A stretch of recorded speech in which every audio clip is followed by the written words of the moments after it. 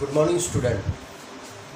Holiday के बाद में आपका फिर से आज विश्वास स्कूल ऑनलाइन स्टडी के अंदर आपका स्वागत है और हम आशा करते हैं कि छुट्टियों का जो वर्क आपको दिया गया था वो आपने अच्छी तरह 30 जून तक कंप्लीट कर लिया होगा। आज हम 9th क्लास के फर्स्ट चैप्टर फ्रांसीसी क्रांति की कुछ महत्वपूर्ण तत्वों पर चर्चा करेंगे। इससे पहले मैं आपको एक जानकारी दे दूं कि आपने जो छुट्टियों का जो वर्क किया था, जो प्रोजेक्ट वर्क भी दिए गए थे, इसके साथ साथ जो ज्योग्राफी और इको के जो जितने भी आपको चैप्टर करवाए गए थे उनको आपने कंप्लीट किया है। उसकी जो कॉपी है आप 1 जुलाई से लेकर 7 जुलाई के बीच में यानी 7 दिन के अंदर आज स्कूल के अंदर पहुंचाएंगे और ताकि उस कॉपी को जो टीचर के द्वारा वो चेक किया जा सके। आज हम जो फर्स्ट लेसन जो आपको हम करवाएंगे उसके लिए आपको एक अलग से नोटबुक लगानी है। वो भी जो नोटबुक है वो क्या होगी, फेयर नोटबुक होगी। इसका जो लगाने का के पीछे जो है कारण है वो क्या है कि जो होमवर्क का आपने छुट्टियों का किया है उसको 7 दिन के अंदर जैसे जैसे टीचर के पास जो कॉपियाँ हैं वो पहुंचेगी वो चेक करेंगे और इससे इन दिनों के बीच में जो काम आपको छुट्टियों के बाद में यानी 1 जुलाई से जो करवाया जा रहा है उसको आप अलग नोटबुक के अंदर करें ताकि उस कॉपी के स्कूल में रहते हुए आप अपनी जो होमवर्क है वो पूरा कर सकें। और इसके साथ साथ जो काम आपको यहाँ पे वीडियोस के द्वारा करवाया जा रहा है और हॉलीडे जो वर्क दिया गया था उसको आप रिटर्न के साथ साथ लर्न भी करें ताकि आने वाले दिनों के अंदर आप सभी से जो टेस्ट लिए जाएं या ऑनलाइन जो टेस्ट होगा उसमें आप भागीदार बनें और उसका जो है रिजल्ट है वो अच्छी प्रकार से आप दें। तो चलो चलते हैं। फर्स्ट सबसे पहले हम बात करते हैं कि फ्रांसीसी क्रांति। देखिए, कोई भी सामाजिक जो व्यवस्था होती है उसके अंदर उठापटक यानी समाज के अंदर जो मतभेद होते हैं वही जो है किसी भी प्रकार के विरोध का क्या है वो कारण बनता है। तो फ्रांसीसी क्रांति जो है वो भी क्या है एक ऐसे ही विरोध का एक प्रमुख कारण थी जिसकी शुरुआत कब हुई थी 1789 के अंदर। अब फ्रांस की जो क्रांति है वो 1789 में हुई थी, लेकिन इसका कारण क्या था? क्योंकि इसका कारण क्या था 1774 के अंदर 1974 के अंदर लुई 16वां था। लुई 16वां जो फ्रांस का शासक बना था, फ्रांस का शासक बना था, वो क्या था एक निरंकुश शासक था। निरंकुश समझते हैं आप? निरंकुश यानी ऐसी व्यवस्था जिसमें सारी जो अधिकार होते हैं वो क्या है एक शासक यानी एक व्यक्ति के पास होते हैं। वो अपनी सामाजिक जो व्यवस्था होती है उसको अपने ढंग से चलाता है, लोगों की उसके अंदर किसी भी प्रकार की जो है भागीदारी नहीं होती और अपनी द्वारा बनाए गए कानून और व्यवस्था को वो क्या है अपने समाज के अंदर लागू करता है। तो ऐसा शासक जो तानाशाह हो या आप डर के द्वारा जो किसी भी समाज में अपनी शासन व्यवस्था चलाता है वो क्या कहलाता है, निरंकुश कहलाता है। अब हम इसकी जो शुरुआत हुई थी वो 1774 के अंदर हुई थी जब लुई 16वां फ्रांस का शासक बना था। और जब ये शासक बना था उस समय फ्रांस का जो कोष था, फ्रांस का जो राजकोष होता है जहां पर जो किसी भी राज्य की जो संपत्ति होती है वो रखी जाती है और अपने राज्य की जो शासन व्यवस्था है उसको चलाने के लिए उसको खर्च किया जाता है। लेकिन जब 1774 के अंदर लुई 16वां फ्रांस का शासक बना था तो उस समय फ्रांस का जो राजकोष था वो क्या था, खाली था। खाली का मतलब क्या था, यानी जब 1774 के अंदर फ्रांस का शासक लुई 16 बना, उस समय राजकोष खाली था। इसका कारण, प्रमुख कारण क्या था भी, लगातार जो अन्य देशों के साथ जो लंबे लंबे जो युद्ध होते थे, उन युद्धों को चलाने के लिए क्या है, भारी मात्रा में खजाने की आवश्यकता पड़ती थी। और लगातार जो ऐशो आराम और युद्धों के कारण क्या है, किसी भी देश का जो खजाना है वो क्या है, जल्दी खर्च हो जाता है। तो इसलिए जब 1774 के अंदर लुई फ्रांस का शासक बना, उस समय फ्रांस का जो राजकोष था वो खाली था। अब हम बात करते हैं फ्रांस की क्रांति से पूर्व, यानी वो महत्वपूर्ण बिंदु जिसके द्वारा जो फ्रांस की किसी भी देश की जो है क्रांति है उसका उद्भव होता है, यानी जिससे उसके विरोध के जो स्वरूप है वो उभर कर सामने आते हैं, और ऐसी व्यवस्थाएं जिसके कारण कोई भी जो समाज है वो अपने राजतंत्र को क्या है, विरोध की भावना से देखते हैं। तो सबसे पहले हम चलते हैं 18वीं शताब्दी के पूर्वार्ध में, 18वीं शताब्दी के उत्तरार्ध में। अब देखिए, यानी 1789, यानी कोई भी, अब बात करते हैं 18वीं शताब्दी की, तो ये जो काल होता है वो क्या है, 1700 लेकर 1800 तक का, ठीक है। 1700 से लेकर 1800 तक, यानी इसके दौरान 100 वर्षों की क्या है होती है, एक शताब्दी होती है। क्या बोलते हैं इसको, शताब्दी बोलते हैं, यानी 100 सालों का एक जो है समय होते हैं, जो कोई भी स्वशासन, यानी यहाँ पे 1700 यानी 17 जो शताब्दी है वो क्या है, पूरी हो चुकी है। और 18वीं शताब्दी का जो आरंभ है वो क्या है, 1701 से लेकर 1799 तक जो है वो माना जाता है। तो 18वीं शताब्दी के अंदर जो उत्तरार्ध में जो फ्रांसीसी समाज था वो किस प्रकार का था, फ्रांसीसी समाज वो कैसे था। कोई भी जो समाज होता है वो क्या है, विभिन्न वर्गों के अंदर बटा हुआ होता है, वो चाहे धनी वर्ग हो या सामंत वर्ग हो या फिर कुलीन वर्ग हो। तो ऐसी ही व्यवस्था क्या थी, फ्रांसीसी यानी फ्रांस के समाज में थी। फ्रांस जो है वो क्या है, एस्टेट यानी सामंती व्यवस्था, एस्टेट के अंदर बटा हुआ था। एस्टेट जो है सामंती व्यवस्था, यानी बंधुआ जो मजदूर होते हैं, बंधुआ मजदूर जो होते हैं, इसकी एक जो है समूह होता है। बंधुआ मजदूर का एक हिस्सा होता है। कोई भी समाज है वो विभिन्न वर्गों में बंटा होता है, उसको क्या बोलते हैं, स्टेट बोला जाता है। तो प्राचीन जो राजतंत्र है, यानी पहले का जो राजतंत्र है, प्राचीन जो राजतंत्र है वो किस प्रकार जो है स्टेटों के अंदर बंटा हुआ था।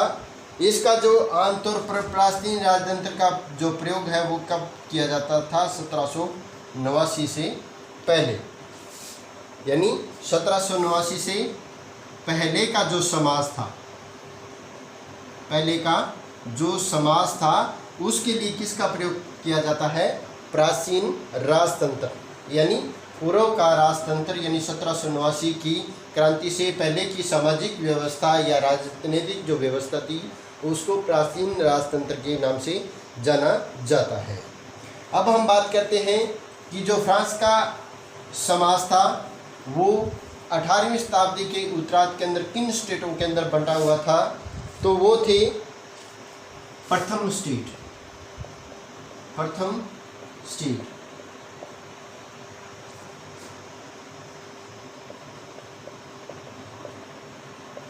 और जो फ्रांस का समाज है वो कितने वर्गों में बटा हुआ था, 3 वर्गों में। उसमें से प्रथम स्टेट थे जिसके अंदर कौन कौन से थे, पादरी वर्ग, कौन थे, पादरी वर्ग। अब पादरी वर्ग क्या होता है, यानी चर्च के अंदर, चर्च में जो ईसाई व्यवस्था होती है, ईसाई जो लोग होते हैं वो क्या है, ईसा मसीह को सबसे ज़्यादा मानते हैं। अब पादरी जो होते हैं वो क्या होते हैं, चर्च के अंदर जो धार्मिक कार्यों के अंदर जो लोग लगे होते हैं, धार्मिक कार्यों में यानी धार्मिक व्यवस्थाओं के अंदर में लगे हुए लोग, वो क्या कहलाते हैं, पादरी कहलाते हैं, जिसका कार्य क्या होता है, जो धार्मिक व्यवस्था है यानी पूजा पाठ करना या फिर ईश्वर से प्रार्थना करना। तो ये थे प्रथम स्टेट के अंदर कौन थे, पादरी वर्ग। और इसको क्या मिला हुआ था, जन्मजात, यानी जन्मजात इसके जो है विशेषाधिकार थे। ये उनका क्या था, जन्मजात विशेषाधिकार था जो पादरी वर्ग को मिला हुआ था। अब इसके बाद में आते हैं द्वितीय वर्ग के अंदर, द्वितीय यानी दूसरे स्टेट के लोग। अब दूसरे स्टेट में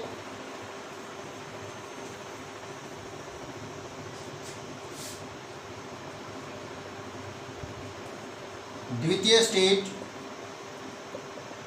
स्टेट जो है उसके अंदर कौन थे, कुलीन वर्ग था। प्रथम स्टेट के अंदर पादरी वर्ग और दूसरे स्टेट के अंदर कुलीन वर्ग थे।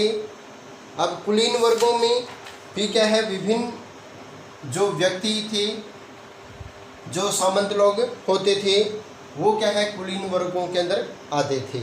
इनको भी क्या है, विशेष रूप से जो जन्मजात विशेषाधिकार मिले हुए थे। क्या थे, जन्मजात विशेषाधिकार।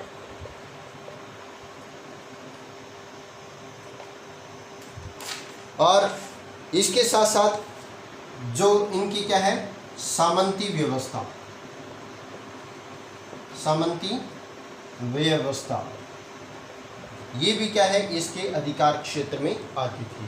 यानी सामंती लोग कौन से होते हैं, जो क्या है पेशे से व्यापारी होते हैं और जिसके पास अपार क्षमता के अंदर जो है धन या संपत्ति जो होती है, तो वो क्या कहलाते थे, सामंती यानी कुलीन वर्ग के अंतर आते थे, जो सामंती लोग होते थे। इसके बाद में तीसरे स्टेट में, तृतीय जो स्टेट है,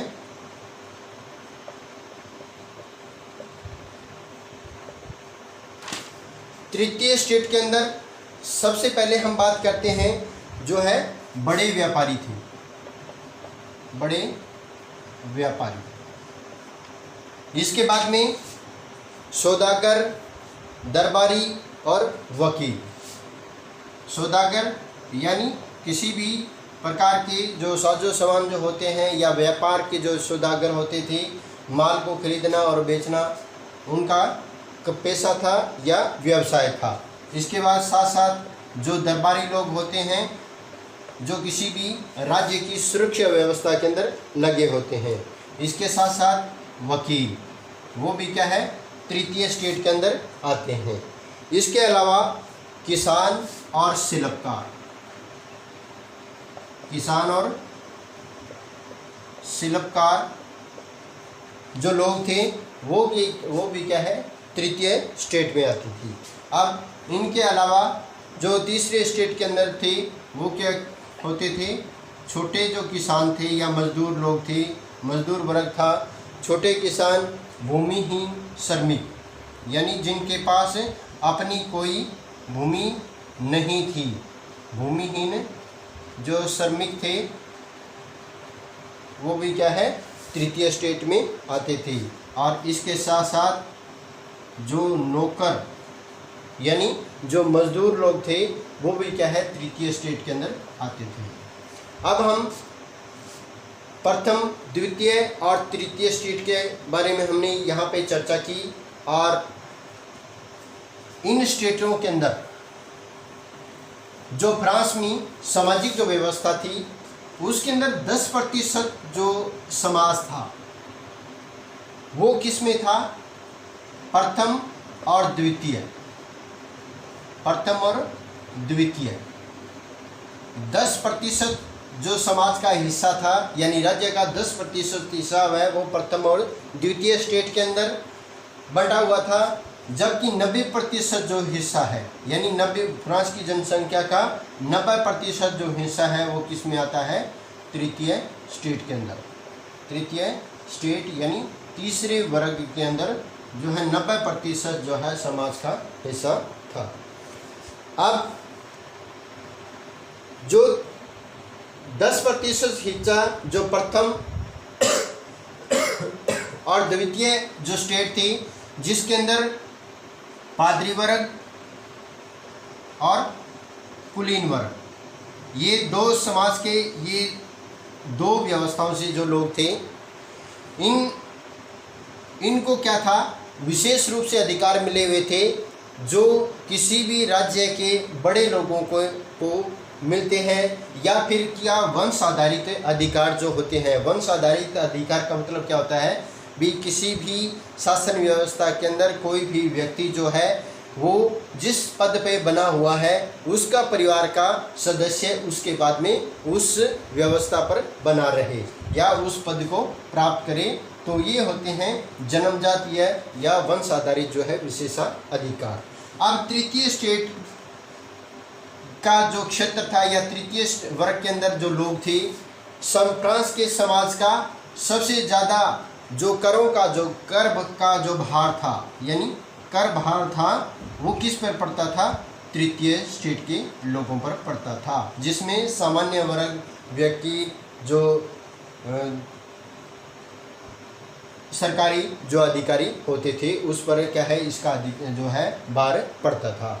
जबकि प्रथम और जो वर्ग और द्वितीय वर्ग पर, जिसमें पादरी और कुलीन वर्ग आता है, उस पर किसी भी प्रकार का कर जो है वो नहीं लगाया जाता था।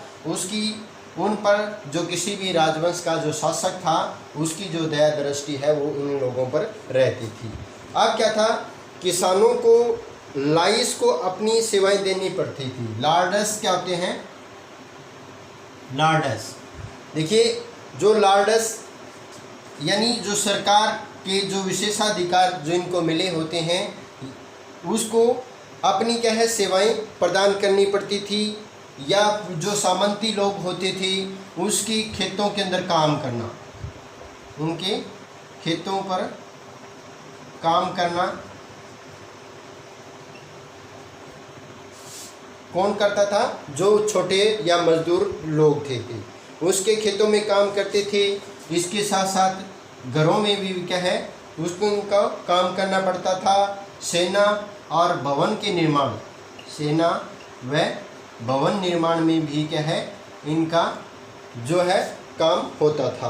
अब जो लार्डस यानी जो बड़े सामंती लोग होते थे, जो तृतीय वर्ग का जो लोग जो आते थे, वो क्या है प्रथम और द्वितीय वर्ग के लोगों के नीचे कार्य करते थे। अब इसके बाद में जो चर्च जो पादरी वर्ग है, वो क्या है किसानों से दो प्रकार के कर लेते थे, यानी प्रथम और द्वितीय वर्ग के जो लोग थे वो तीसरे वर्ग के लोगों से कुछ विशेष रूप से जो है कर लेते थे। चर्च ने किसानों पर दो प्रकार के कर लगाए थे। चर्च की जो कर व्यवस्था है वो क्या थी? दो प्रकार से थी। पहला कर था वो क्या था? प्रत्यक्ष कर, क्या बोला जाता था? प्रत्यक्ष कर, जिसको टाइल के नाम से जाना जाता है। टाइल, ठीक है। टाइल एक ऐसी व्यवस्था थी जो प्रत्यक्ष रूप से कर का भुगतान है वो किसानों के द्वारा किसको किया जाता था? चर्च के लोगों को किया जाता था। इसके साथ साथ जो चर्च किसानों से क्या है करों का एक हिस्सा वसूलता था। चर्च जो है करों का एक हिस्से के रूप में, यानी जब किसान जो है आप किसी भी खेत के अंदर अनाज का जो उत्पादन करता था, उस उत्पादन से जो एक हिस्सा है वो क्या है चर्च की टाइद के रूप में, किसके रूप में? टाइद के रूप में जो है वो चर्च को देना पड़ता था, जिसको हम बोलते हैं टाइद, यानी प्रत्यक्ष रूप से जो कर लिया जाता था उसको हम टाइल बोलते हैं, और जो अप्रत्यक्ष रूप या फिर हिस्से के तौर पर जो कर लिया जाता था चर्च के द्वारा किसानों से जो वसूला जाता था उसको क्या बोला जाता था, टाइल बोला जाता था। तो ये व्यवस्था थी जिसमें प्राथमिक, द्वितीय और तृतीय यानी जो 3 स्टेट थी, जो फ्रांस की क्रांति के दौरान जो सामाजिक व्यवस्था है वो इन वर्गों के अंदर बटी हुई थी। अब इसके बाद में हम चर्चा करेंगे किसकी, उभरते हुए मध्य वर्ग